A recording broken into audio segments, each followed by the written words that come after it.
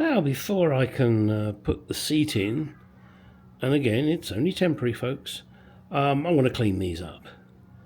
And what's strange, these are the originals that I took out, and you only need 2 per seat. The back ones are just normal nuts and bolts.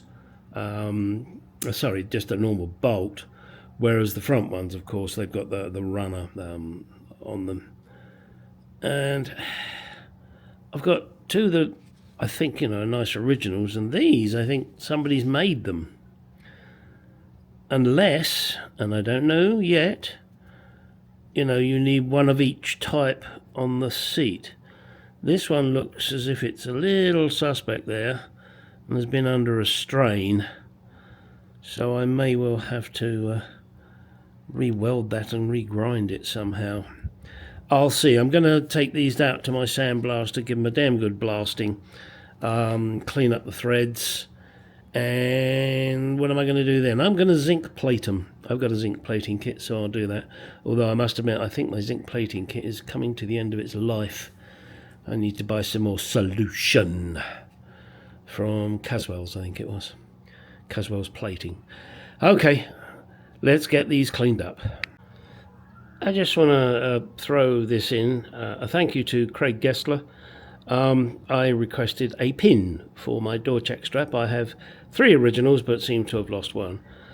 So he very kindly sent me 2. Wouldn't accept anything for them. Now, they were the wrong colour. I don't know why he didn't send me red ones. So, yeah, I'm stripping these down now, and obviously we'll paint 1 red and 1 I will leave blank in case someone else needs one. I got to say that the paint that was on there was a bugger.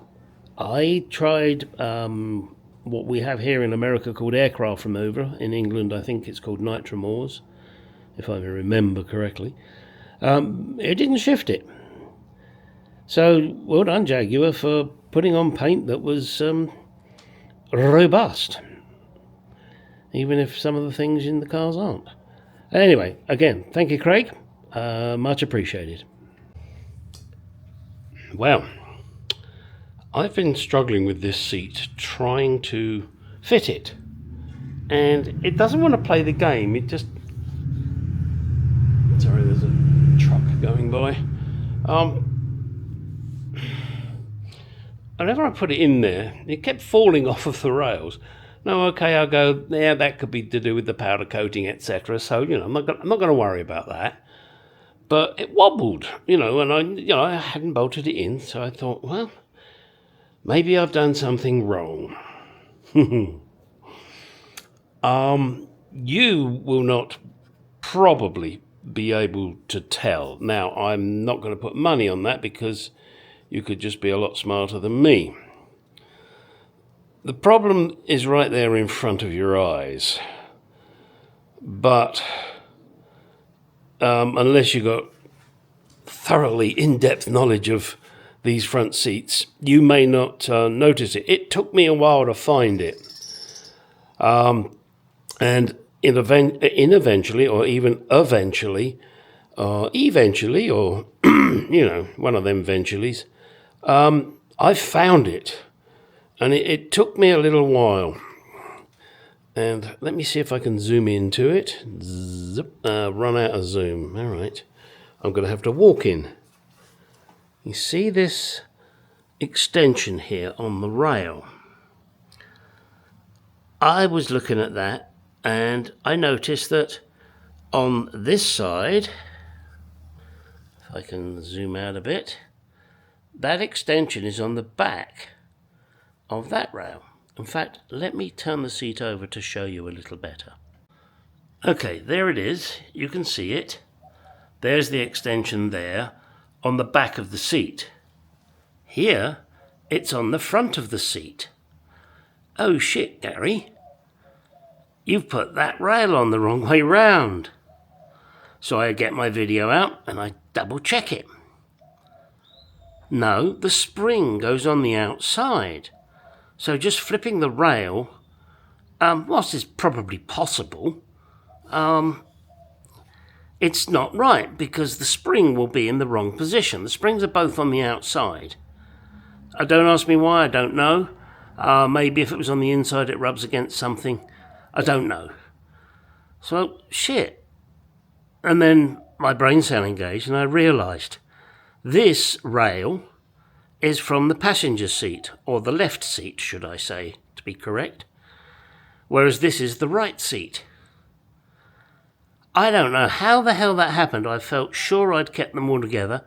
I'll lay odds I just looked at the rails and said, well, those two are exactly the same. But they're not.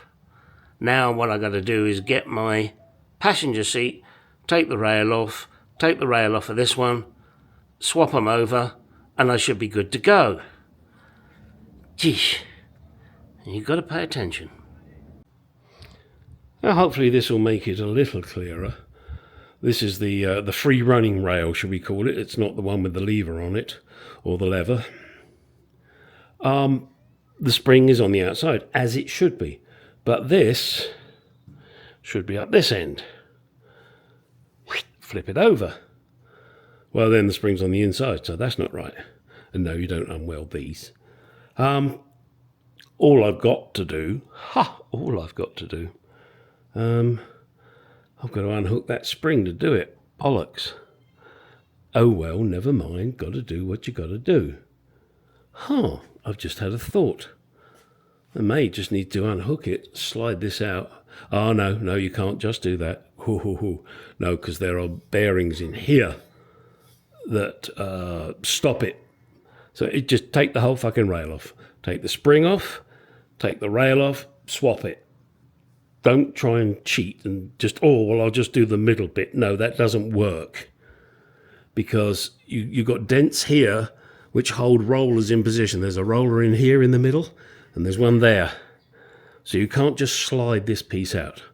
Anyway, there it is. That's the, what is this one? This is the passenger seat. And this one over here, that is the driver's seat. The Betty seat. Betty driver? No, Minnie driver. Minnie, oh God, she's gorgeous. Ooh. Stop it. So once I get that sorted out, that will explain why when I put it in, it was wobbling, because obviously I had a high point here and a high point down here. So it was rocking side to side and I was going nuts trying to figure it out. All right, let's get on with it and get it done. And then once it's done, I'll show you it round the right way. Okay, this is it now. The rails are in the right place. Got the extended piece and the extended piece. And then we come over here to the driver's seat. Extended piece, spring in position. Oh, do watch out when you're fucking with these things. I had this on full load and I pressed the lever because I wanted to move this rail back. Gosh, talk about a rocket ship. That thing took off. Right, now let's have another go at getting the seat in so that I can see if I can drive the car just out on my driveway. Okay, it's that time. Now, you may be about to see me crash into my wife's Mercedes. I sincerely hope that's not the case. I've started the Mark II up, warmed it up, ready for this event. Let's see if I can move her using her own clutch. This is a little tension, shall we say.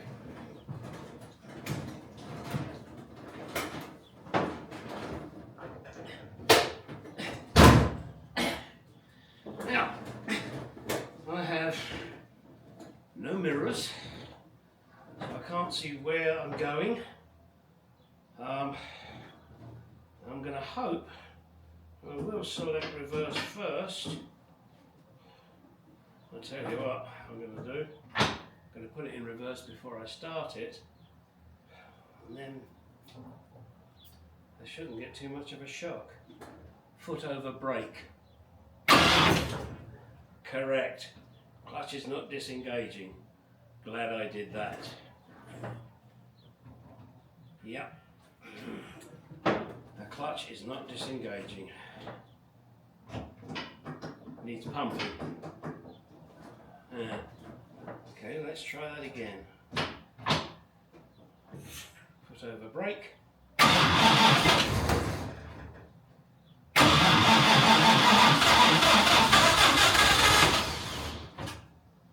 Yeah, it's fighting the clutch. Oh, damn it. Right, let's turn her off. Yeah, the clutch is not working properly. Right, I need to bleed the clutch. Well, isn't that a pisser? Alright guys, I'm going to push this video out. Why? Because I think you want to see it. And I guess it's a cliffhanger, because now I've got to bleed the clutch again. I can't do that until I can get it on the ramp. Ah, bugger me. Never simple, is it, huh? Alright.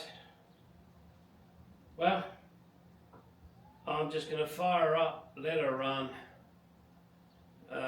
just to get things moving, and then we'll do something else. Alright, go get out in that garage, go do some shit.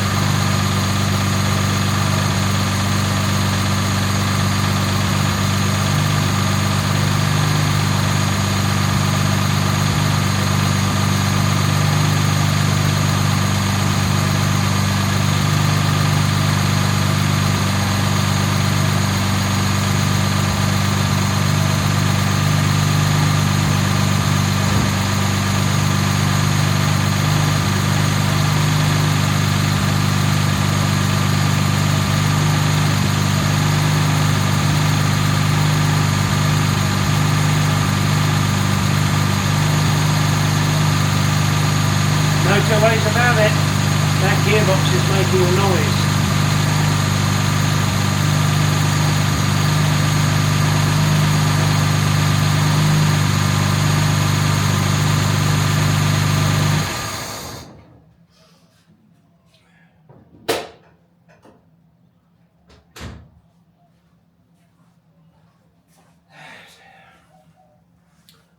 Okay, that really is the end of the video.